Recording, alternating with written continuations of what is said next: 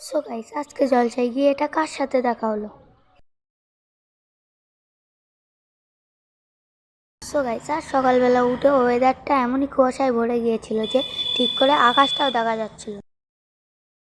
So guys, এটা হলো আকাশের অবস্থা।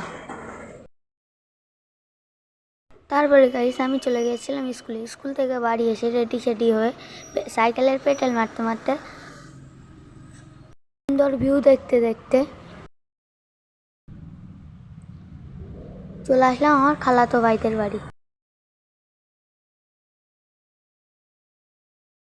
কিছুক্ষণ পর আমরা তিনজনা একটু ঘুরতে যাচ্ছিলাম। ঘোরা কমপ্লিট করে বাড়ি এসে যাচ্ছিলাম ইফতার করতে। ইফতার করা কমপ্লিট করে একটু যাচ্ছিলাম জলসার ওদিকে ঘুরতে। এটা হলো জলসার গেট। আর এদিকে সব দোকান পাশারি বসেছিল।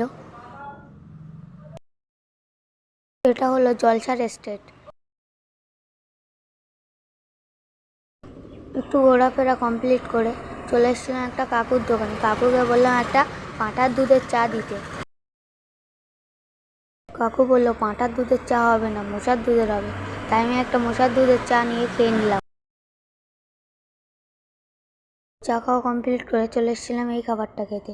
এই খাবারটার নামটা আমি জানি না, তোমরা জানলে কমেন্টে বলে যাও।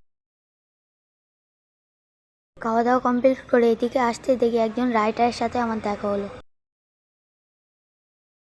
কিছুক্ষণ পর এদিকে চলে এসেছিলাম একটু জাম্পিং চাপ।